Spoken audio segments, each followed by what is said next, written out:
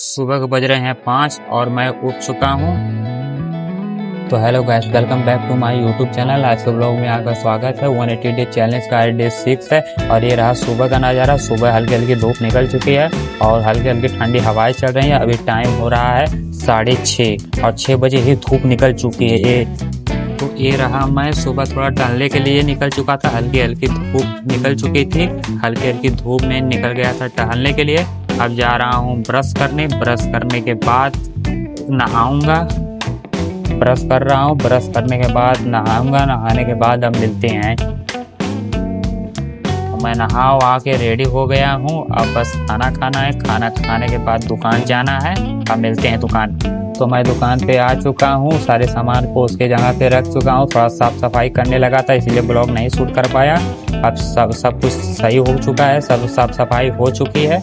अब टैब को निकाल लेते हैं। मैं अपने सारे सामान को बाहर निकाल दिया हूँ। ये रहा iPad, power bank, earbud discharge हो चुका है। इसको चार्जिंग लगाना है, इसको चार्जिंग लगा देंगे। उसके बाद पावर बैंक को भी चार्जिंग लगाना है, इसको भी लगा देंगे। ये रहा पीपी। और बाहर धूप बहुत तेज हुई है, ये आप देख सकते हैं। अभी 9:30 ही बजे हैं। देर न करते हुए क्लास को स्टार्ट करते हैं। आज का लेसन है एज एंड पार्टनरशिप। आज इसी को कंप्लीट करते हैं और टाइम हो रहा है इस समय 11 बजे। अब मैं आपको दिखा रहा हूँ, देख लीजिए 11 बज चुके हैं। अब इसको चलते हैं कंप्लीट करते हैं, उसके बाद आगे बढ़ेंगे।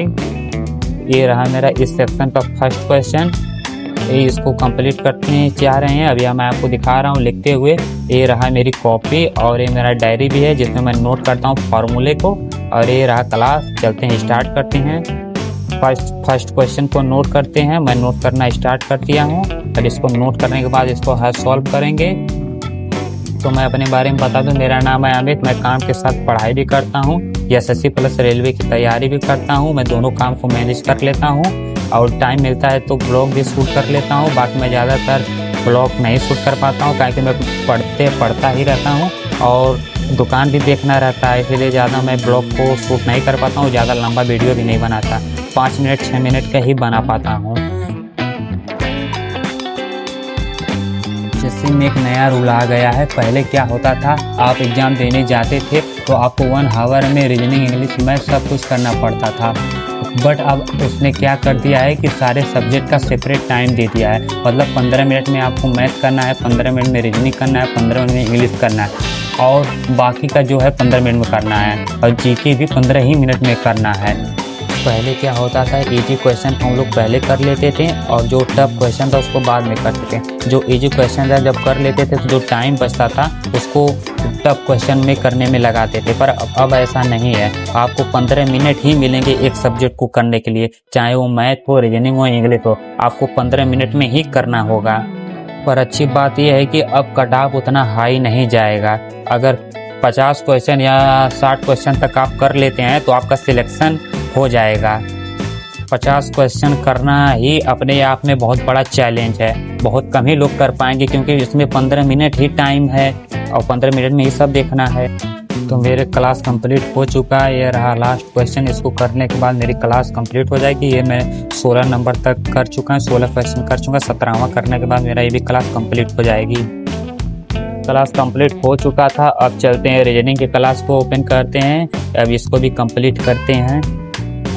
रीजनिंग को मैं बहुत कम समय देता हूँ। रीजनिंग के जो क्वेश्चन है मैं प्रैक्टिस करता तो मुझसे बहुत जल्दी जल्दी बनने लगते हैं और मैथ में थोड़ा दिक्कत होता है, मैथ में जल्दी नहीं बन पाते, इसलिए मैं रीजनिंग को कम समय देता हूँ, मैथ में ज़्यादा समय देता हूँ। क्योंकि रीजनिंग मुझे आसान लगता है और उतना टफ क्वेश्चन पूछता भी नहीं है और ये आसानी रहता है मैथ के मुकाबले। तो इसमें मैं कम समय देता हूँ, फिर भी मैं इसमें क्लास को कंप्लीट करता हूँ। इसका सिलेबस को प्रॉपर कंप्लीट करता हूँ और प्रैक्टिस इसका भी करता हूँ। तो इस क्लास को पहले कंप्लीट कर लेते हैं और प्रॉपर नोट को बना लेते हैं। उसके बाद मिलते हैं। जो अगला टारगेट है जीके वाला उसको कंप्लीट करेंगे और 20 क्वेश्चन का प्रैक्टिस भी करना है और रिवाइज भी करना है। उसको मैं बुक से करेंगे।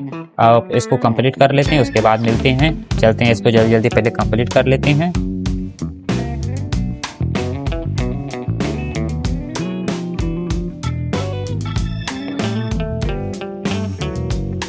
तेरा इस सेक्शन का 7वां क्वेश्चन। इसको करने में 1 घंटे का समय निकल चुका है। अब 8वां करने जा रहा हूँ। इसको करते हैं, अपना क्लास को कंप्लीट करते रहें। एक कोडिंग डिकोडिंग के बेसिक फार्मूले, बस इसी को करने में टाइम लग गया। बाकी वो जो 7 क्वेश्चन थे उसको करने में टाइम नहीं लगा, बस इसको करने में लगा। तो मैं रीजनिंग के पार्ट 1 को कंप्लीट कर चुका हूँ। रीजनिंग के पार्ट 2 को 7 से 8 बजे तक कंप्लीट करूँगा। अभी मैं इस समय मैथ की प्रैक्टिस कर रहा हूँ। मैथ की प्रैक्टिस करने के बाद मैं 7 से 8 मैं रीजनिंग के जो पार्ट 2 है उसको कंप्लीट करूँगा। और मैं अपने इस ब्लॉग में बस अपने से ही जुड़ी बातें बताता हूँ, बाकी ऐसा कुछ नहीं बताता जो बताने लायक ना हो। जैसे दुकान के बारे में कुछ नहीं बताता। मैं सोचता हूँ कि जब मैं ये अपना ब्लॉग बना रहा हूँ तो मैं अपने ही बारे में बताऊँ, स्टडी के ही बारे में बताऊँ। तो प्रैक्टिस को कंटिन्यू रखते हैं, इसको कंप्लीट कर लेते हैं। उसके बाद 7 से 8 बजे मिलते हैं, वो रीजनिंग के जो पार्ट 2 है उसको कंप्लीट करेंगे।